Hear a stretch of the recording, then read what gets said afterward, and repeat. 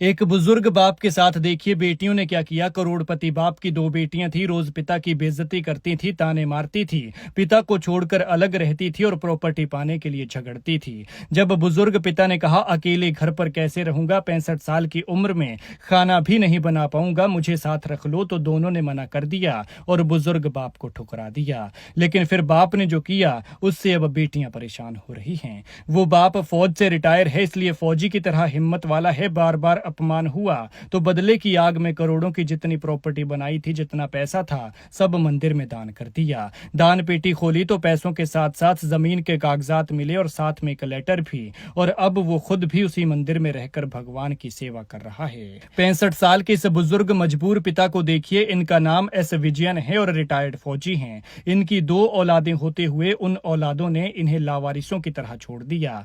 इस एक बाप ने उन बेटियों को पाला पोसा, बड़ा किया, पढ़ाया लिखाया, शादी की, और अब जब इन्हें बुढ़ापे में सहारे की जरूरत पड़ी तो बेटियों ने इनसे मुंह फेर लिया। हालांकि वो इनकी प्रॉपर्टी पाने के लिए लगातार इनसे बहसबाजी करती रही, झगड़ती रही और षड्यंत्र करती रही। वो दोनों मिलकर भी से एक बाप का ख्याल नहीं रख सकी और प्रॉपर्टी पाने के लिए बाप के पीछे पड़ी रहती। जबकि कहा यह जाता है कि बेटे और बेटियां सब एक बराबर हैं। विजयन तमिलनाडु के तिरुवन्नमलाई के रहने वाले हैं। उनका कहना है कि बेटियों ने उनकी दैनिक जरूरतों के लिए भी ताने मारे और जायदाद को लेकर झगड़ा किया। लेकिन अब परिवार इस जायदाद को वापस पाने के लिए कानूनी रास्ता तलाश रहा है। विजयन ने कुछ दिन पहले अरुलमिगु रेणुगंबल मंदिर में जाकर अपनी जायदाद के कागजात दान कर दिए। इनमें एक 3 करोड़ और दूसरी 1 करोड़ रुपए की जायदाद शामिल है। मंदिर के अधिकारियों को ये बात तब पता चली जब उन्होंने मंदिर के दान पेटी की जांच की।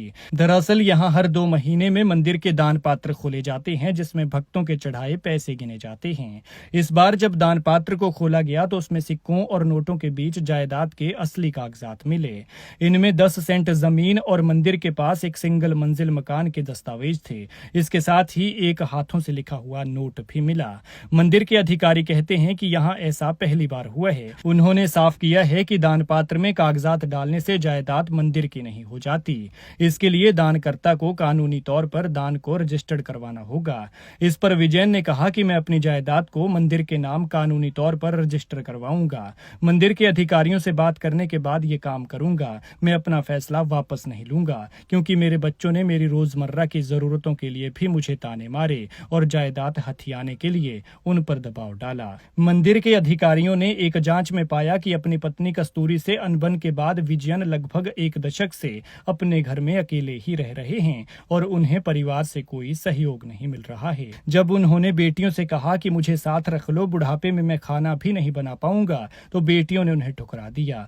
आगे की जांच में यह भी पता चला कि हाल के महीनों में विजयन पर उनकी बेटियों द्वारा उनकी संपत्ति उनके नाम कराने का दबाव डाला गया है, जबकि वो बाप को साथ रखना ही नहीं चाहती थी। पहले परिवार ने विजयन को परेशान किया और अब विजयन के इस फैसले से परिवार परेशान है। अब उनका परिवार इस जायदाद को वापस पाने के लिए कानूनी मदद ले रहा है, लेकिन विजयन अपने फैसले पर अडिग हैं। उनका कहना है कि वो अपनी आस्था और आत्मसम्मान को सबसे ऊपर रखते हैं। खैर, आपको क्या लगता है, क्या विजयन ने सही किया या फिर गलत? कमेंट में जरूर बताएं।